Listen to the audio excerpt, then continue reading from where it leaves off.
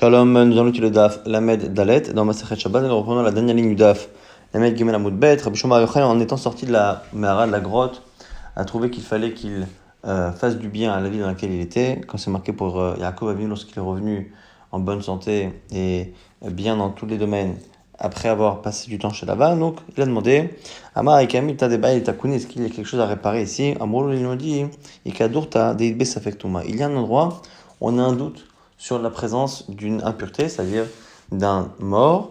Et du coup, Veïtel Sarah la Kohanim, il a pouqué. Et donc, du coup, c'est très compliqué pour les Kohanim de voyager, de sortir. Ils sont obligés de contourner tout cet endroit. Alors, il a demandé, il a dit, est-ce que quelqu'un connaît un endroit dans cette région où on est certain au moins qu'il y a quelque chose de pur? Amale, Haou Saba. Il y a un vieux qui lui a dit, Kan Kitses Ben Zakai Tourmousse Trouma.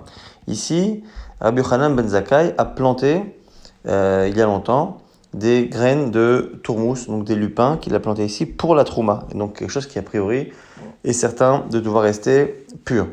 Avad Ihinami Achid, lui aussi a fait comme ça. Kolechad avait caché Tahare, Vecholachad avait rafé Tsiané. À chaque fois que la terre était dure, il disait que c'était pur. Dès que la terre était molle, meuble, il disait que c'était impur, parce qu'a priori, si c'est meuble, ça veut dire que on a creusé, on a peut-être enterré quelqu'un. Alors Rashi a l'air de dire qu'il a utilisé un système avec un peu miraculeux. Tosfot a l'air de dire que c'est un système qui n'est pas forcément miraculeux. En tout cas, ce qu'a fait Rabbi Shimon Bar Yochai, c'est de définir clairement ce qui était présumé pur et ce qui n'était pas. Amar Haou Saba, alors a priori il y a un vieux ou le vieux même en question qui a dit, le vieux en question qui a dit à tout le monde, Tihe Ben Yochai Betagvarot. Regardez, Bar Yochai, il a rendu pur le cimetière. Donc c'était une ironie, une manière de dire, en gros, regardez, il a réussi à dire maintenant au Kohanim de passer dans un endroit qui est un cimetière, et donc qui est impur. Alors Amalé lui dit, je comprends pas. À la limite, si tu n'étais pas avec nous lorsqu'on a décidé de nommer les endroits. Et à la limite, bon, si tu n'étais pas avec nous, ou même si tu étais avec nous, mais que tu n'avais pas donné ton accord, il a fait attendre, j'aurais compris que après tu dis, bah, écoutez, moi je suis pas d'accord, j'étais pas là, ou même si j'étais là, je n'étais pas d'accord, et ce que dit Rabbi Shimon Bar Yochai, je suis pas d'accord.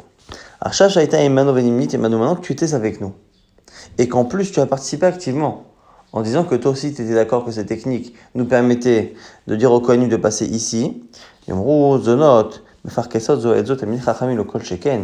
les gens vont penser quelque chose de mal par rapport au Talmidei Chachami, ils vont dire même les zonotes, même les prostituées qui sont entre guillemets en concurrence, eh bien elles cèdent l'une l'autre à être belles pour pouvoir finalement faire leur métier. Et quoi, les Talmidei Chachamim, eux ils se tirent dans les pattes, tu étais avec moi, tu étais avec nous, tu as compté, et maintenant tu profites que j'ai le dos tourné pour critiquer.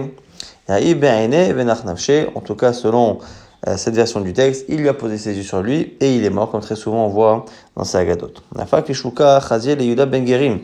lorsqu'il est sorti dans la rue, il est tombé sur Yehuda ben Gerim, celui qui avait entendu la discussion avec Rabbi Yossé, Rabbi Yehuda et donc Rabbi Shimon Bar Yochai, et qui avait rapporté cette discussion de telle sorte à ce que les Romains avaient eu vent de cette histoire, et ce qui avait provoqué donc l'exil de Rabbi Shimon Bar Yochai. Alors, il lui dit quoi? Quoi, celui-ci il est encore au monde. Nathan Boainav, il a posé ses yeux sur lui, va à Saoug Atzamot, et c'est devenu un sac d'os. Certains disent qu'il est tombé malade jusqu'à la fin de ses jours. Nouvelle Mishnah. Il y a trois choses qu'un homme doit dire avant la nuit, vendredi. Aïsarten, est-ce que vous avez bien prélevé Maaser sur les fruits avant de les manger Shabbat? Et Ravten, est-ce que vous avez fait le Hérouv?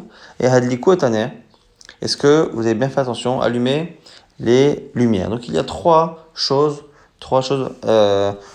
qui sont de la responsabilité du mari de vérifier avant Shabbat. Maintenant, ça fait Krashecha, ça fait Kenachashecha. Quand on est déjà dans un moment où on ne sait pas s'il fait nuit ou pas, donc on n'est plus Libérodium, on est déjà dans ce qu'on appelle Ben Hashmashot. Alors à ce moment-là, on dit qu'il y a des choses que l'on peut encore faire, mais d'autres que non. En Maaserin et Avadaï, le Maaser qu'on a dit à 5 minutes de faire, on ne pourra plus le faire si l'aliment est certain de ne pas avoir été prélevé au préalable. Pareil, un kili que l'on doit tremper pour le rendre utilisable, on ne peut pas le faire parce que pendant Shabbat, ça s'appelle réparer un ustensile que de le rendre utilisable. Et si on est à Ben Hashmashot, c'est peut-être déjà Shabbat, on ne peut pas le faire. Et même Malikin, Tanerot, on ne peut pas non plus allumer les bougies. Aval, mais par contre, mais Aserin est à Démaï, on peut faire le Maaser du Démaï, donc d'une récolte qui provient d'un Amaret, et on a simplement le doute sur son prélèvement préalable, et donc aujourd'hui on le fait par Chouma, ou Meharvin, et on peut faire un héros, Vetomnin est à Chavin, et on peut enfouir les marmites pour qu'elles gardent leur chaleur. Et on verra dans la Gemara pourquoi à la fin on nous dit qu'on peut être Meharet pendant Ben Hashmashot, donc on peut faire le hérouv, alors qu'on a dit au préalable que c'était les questions que le mari devait poser absolument de plein jour. Et donc a priori ça veut dire que dès qu'on a un safek, on ne peut plus, on verra comment la Gemara répond. En tout cas, la Gemara pose une première question, dont c'est bien que l'homme a une responsabilité de faire en sorte qu'à la maison, il se passe ce qu'il doit se passer. Alors, tu te renseigneras, tu feras en sorte de savoir que ta tante est en paix, et tu vérifieras ce qui se passe dans ton palais, et tu ne fauteras pas. De là, on voit qu'un homme est responsable des fautes qui se font dans sa maison s'il ne fait pas l'effort de se renseigner et de vérifier. Amaraba Amarabuna nous dit ici Rabba Baramuna Falga d'Amor Rabanan Shoshat Varim Teradam Lomar, même si les sages ont ordonné à un homme de vérifier comme ça et de donner des ordres avant Shabbat, il faut le dire avec douceur, de telle sorte à ce que ça soit accepté. Sinon, eh bien finalement, il n'aura pas fait la mitzvah. Amar Ravashi nous dit Ana Lushmiali Aderaba Amaravuna. Tu sais, moi je n'ai jamais entendu ce qu'avait dit Rabba Baravuna.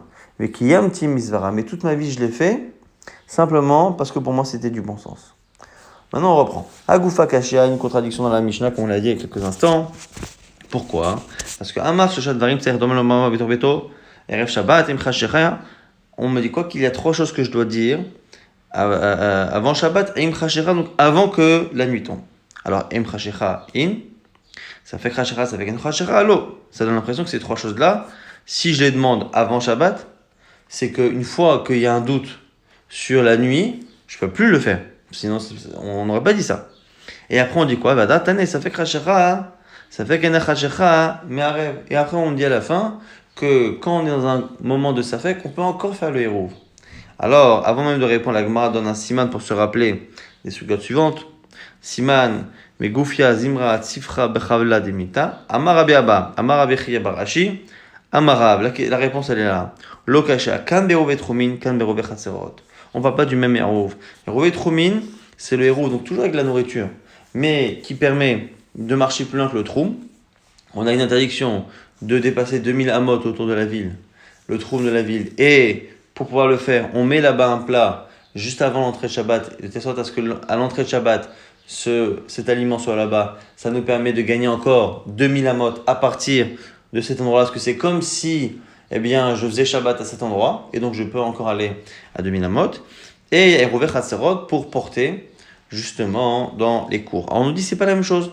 Rachid nous explique que Hérouvé Troumin, comme les Chachamim ont utilisé des versets dans la Torah pour appuyer cette halakha-là du Troum et de Hérouvé Troumin, eh bien ça a plus de poids, et donc finalement, lorsque je fais un Hérouvé Troumin, pendant Shabbat, c'est plus un tikkun, c'est une réparation, c'est une action qui est plus forte que Hérouvé Chatserot.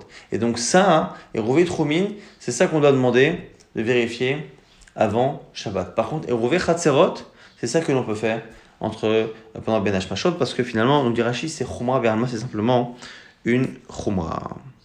Maintenant, on a une halakha, Amarava, Amrolo Shnaim, Tseva Erev Lanu. Un homme dit, deux hommes plutôt, disent à quelqu'un, va nous placer notre héros Hérouvé Troumin ici pour le porter plus loin que les 2000 amot.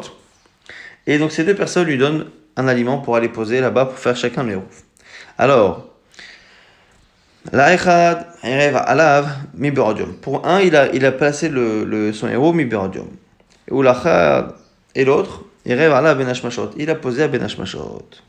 Et quoi? Zeish erev alav ben mi berodium. Celui à qui il a posé le héros de plein jour, eh bien, Nechal Hérouvo, son héros a été mangé. Ben Hashmashot à Ben Hashmashot, Vézé Sherevala, Ben Hashmashot, Nechal Hérouvo, Mishachashecha.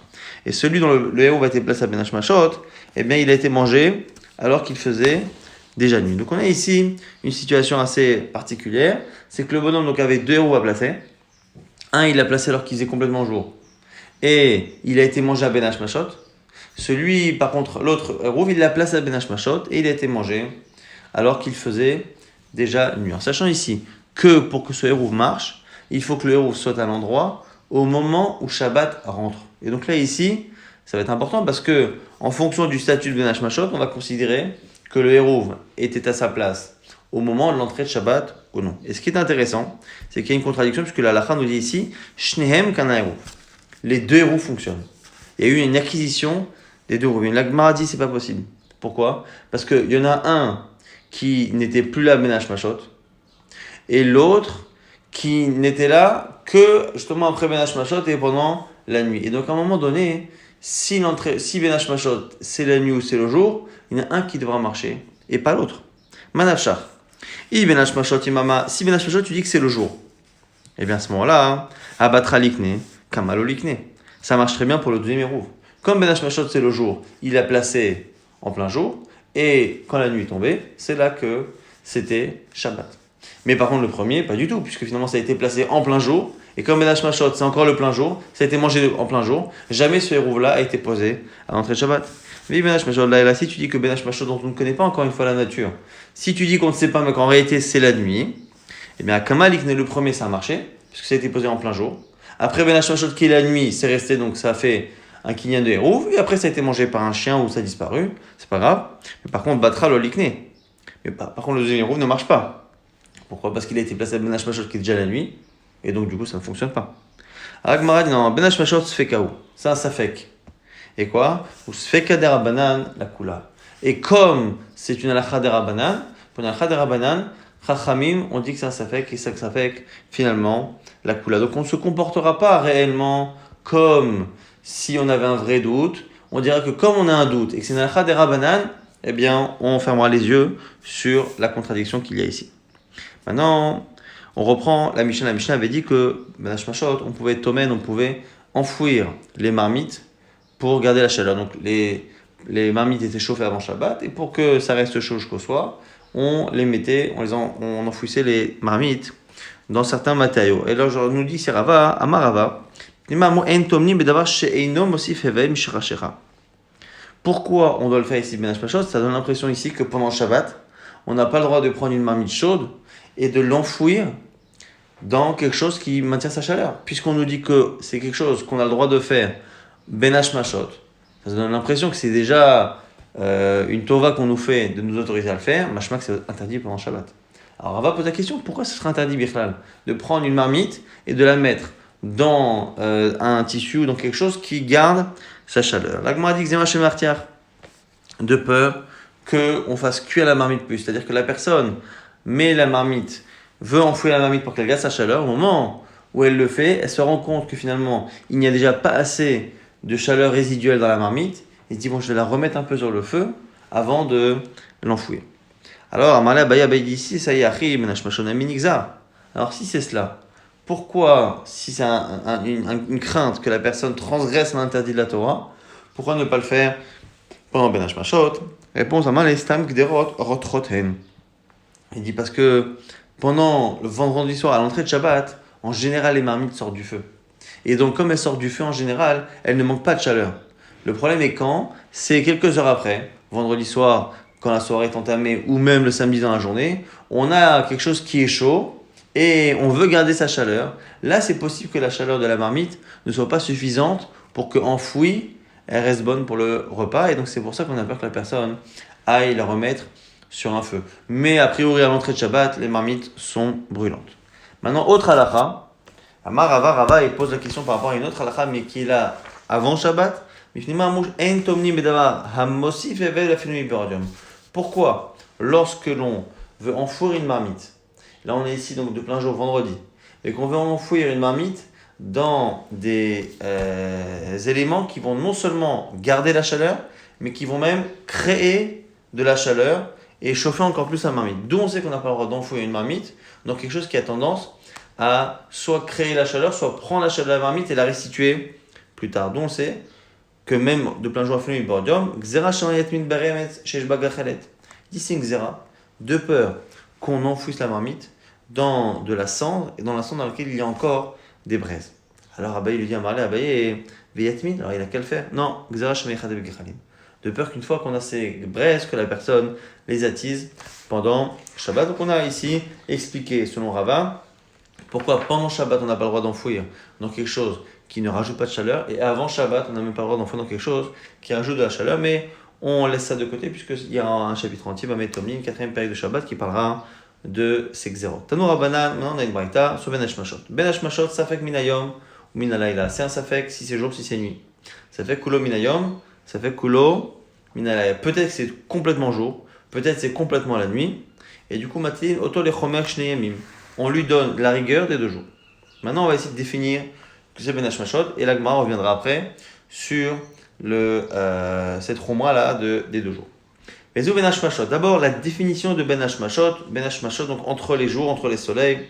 Mishetishka Achama, premier avis, donc c'est à partir de Shkiat Achama, de la disparition du soleil de l'horizon.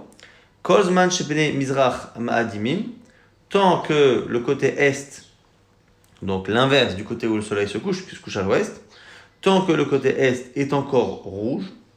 Après, on nous dit quelque chose, Irsif Atarton, si le bas, donc toujours de l'est, est sombre, Velo Irsif Aelion, et que le haut de cet horizon n'est pas encore sombre.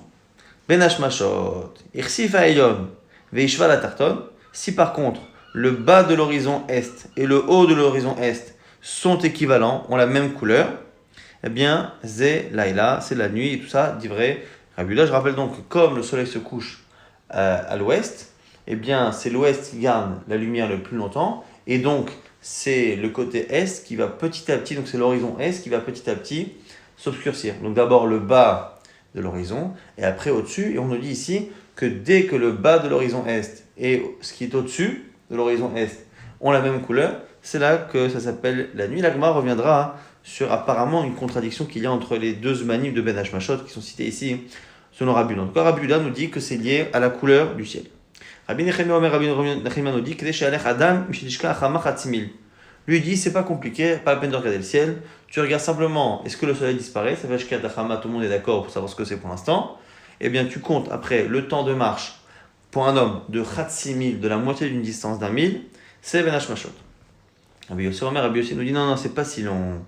Il dit Omer Ben Hashmashot keref aïn, ze nichnas ve ze yotze, ve ifshal la'amod alav. C'est comme le temps de cligner d'un œil. Ça rentre, ça sort. C'est-à-dire que quand la journée disparaît, la nuit arrive directement et impossible finalement de faire quoi que ce soit et de déterminer le moment de manière précise. Maintenant, on reprend ce qu'on a dit là-haut et on a étudie petit à petit cette braïta. D'abord, on a dit qu'il y a la rigueur des 2 jours. Par rapport à quel halacha on lui donne la rigueur des 2 jours. Amar Ravuna Bered Rav Yoshua Lenyan Touma. Réponse de Ravuna, le fils de Rav Yoshua, il dit par rapport à la Touma, par rapport à l'impureté, puisque le Zav, celui qui a des écoulements, eh bien, il a une impureté s'il a 2 écoulements, mais s'il a 3 écoulements 3 jours d'affilée, il doit aussi apporter un korban. Et donc on nous dit ici, Keditna dans une Mishnah, c'est marqué dans une Mishnah, Ashne mi ben hashmashot. Ça fait que la Touma vers la korban. Celui qui a vu un écoulement pendant 2 ben hashmashot, eh bien, il est même possible que finalement il y ait un doute sur la possibilité d'apporter un korban, parce que peut-être que le premier ben hashmashot sert de 2 jours. Et donc c'est comme s'il avait vu un jour, et le lendemain, le premier ben hashmashot sert de 2 jours, et à ce moment-là, le ben hashmashot du lendemain sert de 3e jour, si on considère que c'est la nuit, et donc à ce moment-là, on se retrouve à avoir la possibilité qu'il apporte un korban, mais peut-être que non, et peut-être que finalement c'est tout le même jour, et donc on ne sait pas. Donc ça fait que la Touma avec la korban, Ra'ayom Echad Ben Hashmashot, s'il a vu un seul jour à Ben Hashmashot, ça fait que la Touma, il est juste un safek sur la Touma, parce qu'on ne sait pas si c'est un jour ou 2. Ça, c'est la raison pour laquelle on a dit Chomer Shtemi. Maintenant, on reprend le shiur de Rabbi Uda. Je vous rappelle que Rabbi Nechemia avait dit que c'était le temps de marcher un demi-mille depuis la disparition du disque solaire. Pour Rabbi aussi, c'est simplement un temps quasiment impossible à déterminer. Et selon Rabbi Yehuda, il a dit c'est tant que la face est rouge, tant qu'on voit du rouge dans la face est, Et après, il a dit lorsque le bas de l'horizon est sombre. Alors il dit, mais il y a un problème. Contradiction. Il a dit qu'après la disparition du soleil, c'est tant que l'est est rouge. Donc si c'est tant que l'est est rouge, ça veut dire que le bas de l'horizon est n'est pas sombre, n'est pas noir. Ah, Irsifa Tarton, Irsifa Elion, là et là. Ah, ça donne l'impression qu'il faut que ce soit rouge. Et donc, dès que c'est sombre en bas, ce n'est plus rouge. Et donc, c'est la nuit. Mais après, il me dit que non. Quand le bas est sombre et que le haut ne l'est pas, eh bien, c'est Ben Hashmashot. Donc, la Gemara dit, on ne comprend pas ce qu'il veut. Après, il me dit, Irsifa Tarton, Irsifa Elion, Ben Hashmashot. Alors là, on va avoir deux réponses. Donc, le problème ici, c'est que selon Rabbi Yehuda, on est là d'avoir deux shiurim. Et vous allez voir que par rapport à cette contradiction, on a deux réponses. Ces deux réponses sont données au nom de Rav Yehuda, qui lui-même aurait cité Shmuel. Donc Shmuel a eu plusieurs élèves, parmi lesquels Rabbi Yehuda. Et Rabbi Yehuda ses élèves, il a eu entre autres Rabba et Rav Yosef.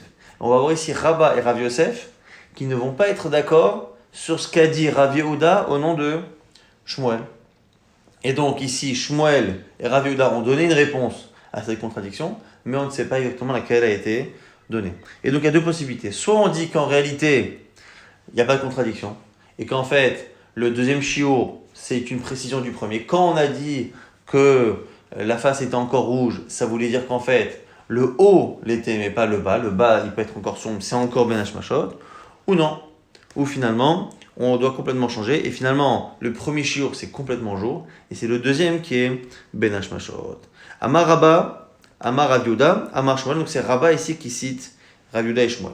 Kroch vetane. Tu les mélanges ensemble et tu les enseignes. Et c'est Ben Hashmashot, Mishitishka Achama. À partir de la Shket Achama, Kozma Shinu Bizarchama Adimi, Versifa Tartov et le Versifa Elion. Tant qu'il fait rouge et que le bas de l'horizon est sombre, mais pas le haut. Nami Ben Hashmashot, si c'est Ben Hashmashot, les deux. Versifa Elion Veishva la Tarton, quand le haut et le bas de l'est sont pareils, c'est là. Donc les deux, c'est Ben Hashmashot. Rav Yosef Amar Rav Yehuda Amar Shmuel, et maintenant Rav Yosef donne sa version de ce qu'a dit Rav Yehuda dans Shmuel. Achri kadane comme ça, il faut dire Mishitishka Achama, Kodom Shmizrama Adimim, Yom, tant que la face est est rouge, c'est jour. Donc il n'y a plus le soleil, et c'est rouge, il n'y a plus le soleil, et pourtant c'est encore complètement le jour selon lui. On ne rentre pas dans Ben Hashmashot quand le soleil disparaît. Par contre, quand est-ce qu'on a un doute? C'est quand il Irsifa Tarton ou Irsifa Elion. Lorsque le bas de l'horizon est commence à être sombre, c'est là qu'il y a un doute. Là, c'est Ben Hashmashot. Et Irsifa Elion et Tarton, tout le monde est d'accord que quand le bas et le haut de l'horizon est sombre, là il a. Donc on a finalement deux versions de ce que Rabbi Yehuda aurait dit. Rabbi Yehuda, dans la Braïta, a donné son avis sur Ben Hashmashot, et Shmuel et Rav Yehuda ont expliqué ce qu'il a dit, mais on ne sait pas exactement ce qu'ils ont expliqué, puisqu'on a la version de Rabba de Rav Yosef, ce qui fait finalement que selon le premier avis Rabba, c'est plus long, puisque ça commence à partir de la disparition du soleil jusqu'à donc Ishva Ayin Latarton, alors que selon Rav Yosef, ça commence à partir du moment où le bas de l'horizon est sombre. La Gemara dit, mais c'est vrai, regarde par ailleurs, tu verras que sur la durée de Ben Hashmashot, toujours enseigné par Shmuel, cité par Rav Yehuda, et ben on va encore avoir la même marloquette, Rabbi Rav Yosef, sur la longueur de Ben Hashmashot. Vezou, et Tamayu, et chacun va selon sa logique. Deitma, quand il est dit, Shio Ben Hashmashot, Bekama, quelle est la durée de Ben Hashmashot? Alors, Amar Rabba, c'est Rabba qui dit, au nom toujours de Rav Yehuda, Amar Shmuel, Shlosha Chelke Mil, trois parts, on va dire, d'un mille. Et Rav Yosef dit 2 parts de 1000. Et on verra ce que c'est. La Gemara va conclure que les 3 parts et les 2 parts, c'est 3 quarts et 2 tiers. Donc 0,75 et 0,66. Donc du coup, effectivement, c'est plus long selon Rabba. Et donc c'est la raison pour laquelle lui dit que ça commence à partir de la disparition du soleil. Alors que sur Rav Yosef, ça commence à partir du moment où l'est commence à s'assombrir en bas de l'horizon, et bien du coup c'est plus court. Et on va ici déduire d'où on sait que c'est 3 quarts, parce que c'est marqué 3 parts de 1000. C'est quoi ces 3 parts de 1000? Il est ma tlata pligé 1000. Si tu dis que c'est des moitiés d'un 1000, 3 moitiés, alors à ce moment-là, il faut dire nima milomerza, il faut dire 1 000 et demi. Et là, tlata tilté. Si tu veux dire que c'est 3 tiers, alors mila, nima 1000, là aussi c'est 1 000, 3 tiers c'est 1 000. Et là, tu l'as arrivé. La seule chose qui reste, c'est 3/4 d'un mille. Et donc, du coup, c'est ça. Rav Yosef Amar Rav Yehuda Amar Shmuel. Maintenant, Rav Yosef cite Rav Yehuda Amar Shmuel. Shnei Chet Kemil, lui, il dit c'est deux morceaux de pain. Alors, il dit Maï, Shnei Chet Kemil. Il m'a tripligué si c'est deux moitiés. Mille à mille. À ce moment-là, il m'a mille, c'est un mille. Il m'a très réveillé. Si tu dis que c'est 2/4 de mille, alors à ce moment-là, les Machatsimil, dis-moi que c'est la moitié. Et là, très tilté mila. À ce moment-là, donc ça fait très tilté mila. Maïka Benayou, c'est quoi la différence que ça fait entre les deux? Et Ka Benayou, Palga Denanka. Il y a finalement la moitié des Danka. Danka, c'est Shtut, c'est un sixième. Donc la moitié d'un sixième, ça fait un douzième. Et donc effectivement, la différence qu'il y a entre 3/4 et 2/3, c'est un douzième finalement d'un mille qu'il y a de différence entre la définition de Ben Mashot de Rabbah et celle de Rav Yosef.